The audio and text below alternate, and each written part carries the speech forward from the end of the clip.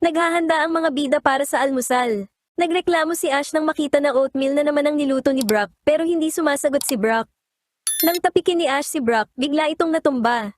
Ipinatong ni Misty ang kanyang kamay sa ulo ni Brock at narealize na may lagnat ito dahil mainit ito. Inilagay ni na Misty at Ash si Brock sa kama. Hinayaan nila siyang matulog buong araw dahil marami itong ginawa nitong mga nakaraang araw. Nagising si Brock at tumayo dahil kailangan niyang gawin ang mga gawaing bahay. Nabuwal siya kaya ibinalik siya ni Ash sa kama para magpahinga. Sinabi ni Brock na kung kailangan nila ng mga instruction, pwede nilang tingnan ang kanyang notebook.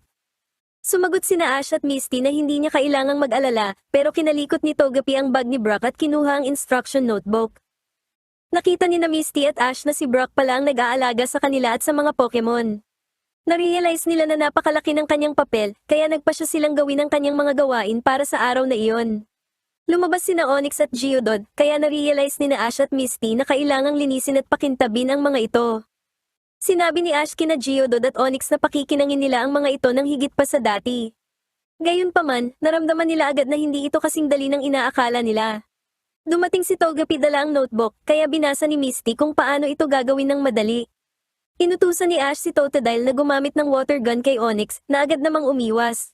Binalaan ni Misty si Ash na ayaw ng mga rock Pokemon sa tubig, pero natamaan sila ng buntot ni Onyx na umiiwas sa atake.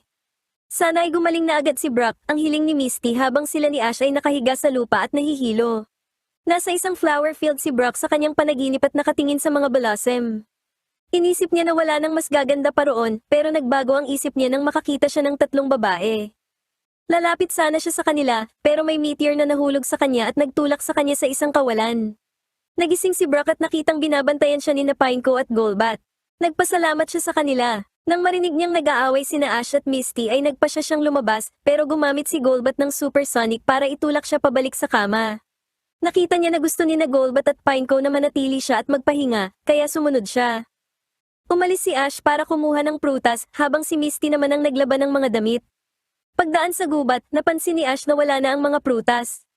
Kinuha pala ang mga prutas ng Team Rocket na nagpaplanong kainin at ibenta ang mga mansanas. Dumating si Ash at tinanong kung ano ang ginagawa nila. Sumagot ang Team Rocket na huwag siyang makialam at binanggit ang kanilang motto. Pagkatapos, hinigop nila si Pikachu sa isang vacuum cleaner. Lumabas sina Bulbasaur at Chikorita para lumaban habang inilabas ng Team Rocket si Arbok at si Victreebel na ginawa ang nakasanayang pagkagat sa ulo ni James. Gumamit si Arbok ng Poison Sting pero na-counter ito ng water gun ni Totodile. Gumamit si Cyndaquil ng flamethrower sa Team Rocket na nagpalaya kay Pikachu. Gumamit si Pikachu ng Thunderbolt na naging sanhi ng pagtalsik ng Team Rocket gaya ng dati. Itinuro ni Bulbasaur ang mga prutas na nakolekta ng Team Rocket at sinabi ni Ash na matutuwa sina Brock at Misty kapag nakita ito. Nakatayo si Brock sa mga ulap at nanunood ng mga Butterfree.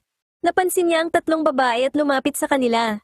Gayunpaman, nahulog na naman siya sa kawalan. Sa totoong buhay, nahulog si Brock mula sa kama, tumingin sa paligid, at nakita sina Ash at Misty. Binigyan ni Ash si Brock ng mga mansanas at kumain ito, kaya naniwala si Misty na gumagaling na si Brock dahil nagkakaroon na ito ng gana sa pagkain. Nang sabihan siya ni Ash na matulog na siya matapos ang tanghalian, sumang-ayon si Brock at sinabi na mahuhuli na niya ang mga babae sa pagkakataong ito, pero agad niya itong binawi at sinabing dulot lang ito ng lagnat, kaya nag-alala sina Ash at Misty. Habang nagsisibak ng kahoy si Ash, nagluluto naman si Misty. Naglagay si Misty ng asukal, pero narealize niyang asin pala ang nailagay niya. Dumating si Togepi dala ang asukal at naglagay si Misty, pero aksidenteng napadami ang asukal na nailagay niya. Nagdagdag siya ng asin, pero ngayon ay naramdaman niyang sobrang dami na ng asukal at asin. Nagdagdag pa siya ng ketchup, mayonnaise, at iba pang sangkap. Nang sabihin ni Misty na gusto niya ang pagluluto, napatulala na lang si Psyduck sa kanya.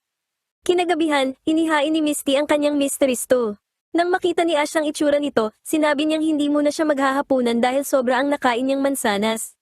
Hindi makapaniwala si Misty sa kanya at tinikman ng stew, pero nag-iba ang itsura ng mukha niya bago nahihiyang sumagot na mayroon itong kakaibang lasa. Nang gabing iyon, nagpasya sina Misty at Ash na matulog sa labas para hayaang makapagpahinga si Brock. Pinag-usapan nila na dapat silang maging mas mapagpasalamat kay Brock sa mga ginagawa nito, saka sila natulog. Sina James at Meowth ay nag-eespiya sa mga bida at gustong hulihin si Pikachu. Kinain ni Jessie ang stew ni Misty at nagustuhan ito, pero nakitang hinahayaan lang ng mga bata na masayang ang pagkain. Tinikman din ito ni na James at Meowth pero nandiri sila sa lasa. Ganun pa man, masarap ito para kay Jessie at pinatikim niya rin ito kay Wobbuffet pero bumagsak ito. Nagplano ang Team Rocket na panatilihing tulog ang mga bubuwit habang hinuhuli nila ang mga Pokemon na balak nilang ibenta para magkaroon sila ng pambili ng taniman ng prutas. Gumamit sila ng Ash Dummy para akitin sina Bulbasaur, Chikorita, Cyndaquil, at Totodile na naging sanhi ng pagkahuli ng mga ito sa isang trap. Nagising sina Ash at Misty habang tumakas naman ang Team Rocket. Nasa isang beach si Brock at nakita na naman ang tatlong babae. Lalapit sana siya pero tinangay siya ng alon. Nagising si Brock mula sa bangungot at nakitang tumatakbo sina Misty at Ash, kaya nalaman niyang nanggugulo na naman ang Team Rocket. Tumakbo ang Team Rocket habang nahulog naman sa trap sina Ash at Misty. Sumakay ang Team Rocket sa kanilang balon at kinuha ang iba pang mga Pokemon. Kukuryentehin sana sila ni Pikachu, pero ipinaalala ni Misty kay Ash na madadamay ang ibang Pokemon. Gayunpaman, kinuha rin ng Team Rocket si Pikachu. Paalis na sana ang Team Rocket nang biglang hiwain ni Golbat ang balon nito, kasabay ng paglitaw ni Brock. Nakatakas ang mga Pokemon mula sa bumagsak na balon. Inilabas ni Jessie si Arbok at si James naman ay si Weezing, pero tinakal lang ito ni na Golbat at Pineco palayo. Gamit ang Rock Throw, tinakot ni Onix ang Team Rocket habang ginamit naman ni Pikachu ang Thunder para patalsikin silang muli. Masaya ang mga bida na wala na ang Team Rocket at natutuwa si Brock na nakarating siya sa tamang oras. Kinabukasan, nagising sina Ash at Misty at naamoy ang luto ni Brock.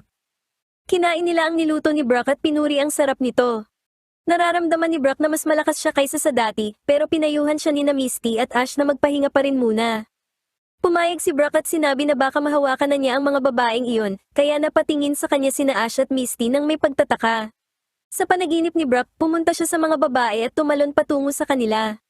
Sa totoong buhay, bumubulong siya ng pakiusap huwag kang magigising.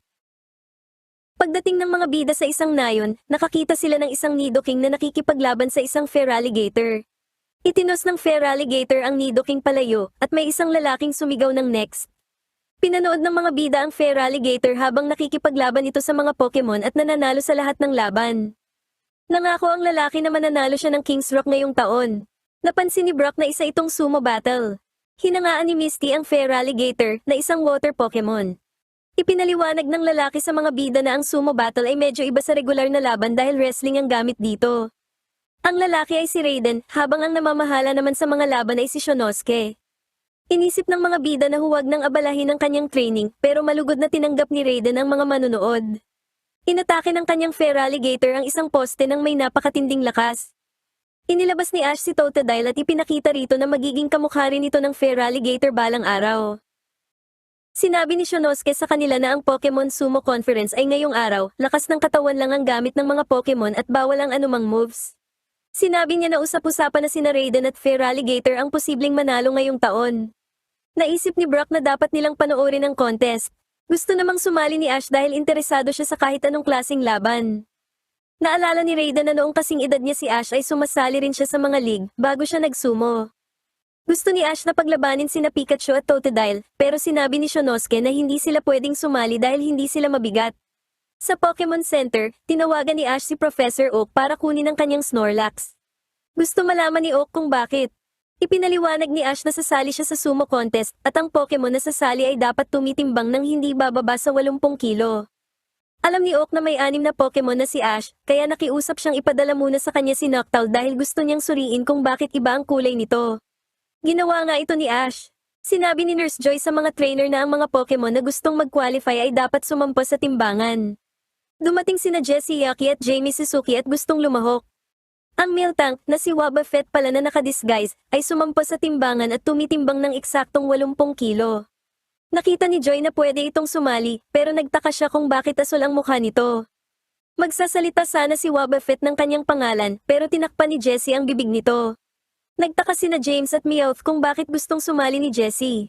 Sumagot siya na gusto naman niyang manalo para magkaroon ng dignidad at respeto. Ipinaalala ni James na magaan lang si Wobbuffet pero may sikretong plano si Jessie tungkol sa pagbibihis kay Wobbuffet bilang Miltank. Isinampa ni Ash si Snorlax sa timbangan at sa sobrang bigat nito ay nawasak ang timbangan. Dahil lampas ito sa inirerekomendang timbang, pinayagan ni Joy na sumali ang Snorlax. Nagsimula na ang seremonya pero natutulog pa rin si Snorlax, kaya nag-alala ang mga bida.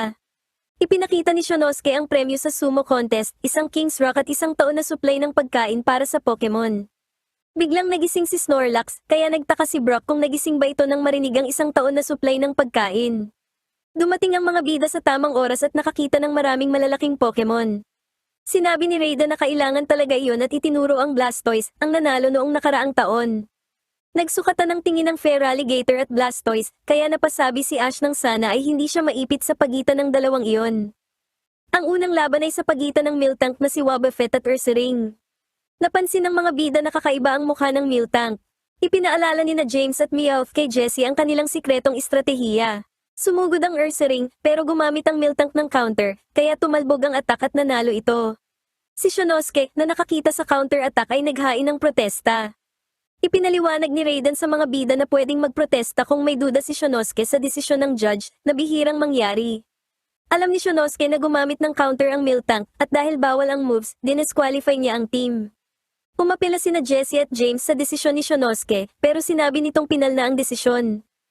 Dahil ayaw tanggapin ang diskwalifikasyon, naghubad sila ng disguise at ginawa ang kanilang motto.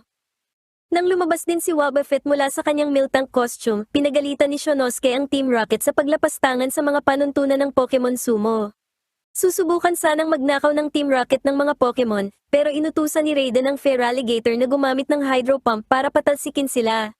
Dahil wala na ang mga panggulo, nagpatuloy na ang sumo contest. Ang susunod na laban ay Golem versus Feraligatr. Alam ng mga bida na mas mabigat ang Golem kaya mahirap itong talunin, kahit mas malakas ang Feraligatr. Hinayaan ng Feraligatr na lumapit ang Golem, saka ito sinugod at tinalo. Naisip ni Ash na dapat din niyang gamitin ang taktika na iyon. Matapos ang ilang laban, hinarap naman ng Snorlax ni Ash ang Poliwrath. Sinabi ni Ash kay Snorlax na premyo nila ang isang taon na supply ng pagkain. Sumugod ang Poliwrath sa tiyan ni Snorlax, pero tumalbog lang ito at agad na natalo. Nagulat at na-shock sina Misty at Brock sa resulta. Kakainin na sana ni Snorlax ang pagkain, pero pinabalik agad siya ni Ash bago pa niya ito mahawakan. Bumalik ang Team Rocket at nakakita ng isang paprint. Naniwala si Jessie na yayaman sila sa pagbebenta ng mga print na iyon. Bukod doon, plano nilang bumalik sa contest para magnakaw ng Pokemon habang nagkukunwaring mga salesmen. Sa semifinals, laban na ng Feraligatr versus Blastoise at Snorlax versus Machamp. Hindi makapagdesisyon si Misty kung aling water Pokemon ang susuportahan niya. Naglaban ng Feraligatr at Blastoise. Nagbanggaan sila at tinulak ng Feraligatr ang Blastoise palayo. Tumalon ang Blastoise kaya umiwas ang Feraligatr at tinulak muli ang Blastoise. Gumanti ang Blastoise at tinulak ang Feraligatr sa linya. Iniwasan ng Feraligatr ang isang suntok at itinos ang Blastoise palabas ng ring. Nanalo ang Feraligatr at ang susunod na laban ay Snorlax versus Machamp. Gayunpaman, ginamit muli ni Snorlax ang kanyang tiyan para itulak ang Machamp palabas ng ring. Sinabi ni Raiden kay Ash na hindi niya ito pagbibigyan kahit mabait na bata ito, at sumagot naman si Ash na hindi niya iyon hihilingin. Sinabi ni Shonosuke kay Ash na dapat siyang magmalaki dahil siya ang unang rookie na nakarating sa finals. Ang huling laban ay Snorlax versus Feraligatr. Sumugod ang Snorlax pero umiwas ang Feraligatr kaya nawala ng balanse si Snorlax. Susubukan sanang ihagis ng Feraligatr si Snorlax palabas pero nakaiwas si Snorlax at nabawi ang kanyang balanse. Tinulak ng Feraligatr si Snorlax palabas sa ring. Huminga ng malalim si Snorlax at naitulak ang Feraligatr palayo gamit ang tiyan. Nagpambuno ang Feraligatr at si Snorlax. Inihagis ng Feraligatr si Snorlax palayo, pero lumapag si Snorlax sa loob ng bilog, na naging sanhi ng lindol. Mabilis na tinulak ni Snorlax ang Feraligatr, at dahil ang isang paa nito ay lumabas sa bilog, natalo ang Feraligatr. Natuwa sina Misty, Brock, at Shonosuke na nanalo si Ash, habang niyakap naman ni Ash si Snorlax para sa tagumpay. Idineklara ni Shonosuke si Ash bilang panalo ng Sumo Conference ngayong taon. Nakuha ni Ash ang King's Rock at ang isang taon na supply ng pagkain para sa Pokemon. Gayunpaman, agad na kinain ni Snorlax ang lahat ng pagkain at pagkatapos ay natulog. Ibinalik siya ni Ash sa kanyang Pokeball at nagpa siya siyang ipalit muli ito kay Noctowl. Humingi siya ng paumanhin at sinabing kahit gusto niya itong makasama, hindi nila kayang maghanap ng sapat na pagkain para mapakain ito. Bago siya umalis, nagpasalamat si Raiden kay Ash sa laban at ninais na swertihin ito sa mga Johto Gym. Samantala, dumating ang Team Rocket dala ang mga paprint pero nakitang wala na ang lahat dahil tapos na ang sumo tournament.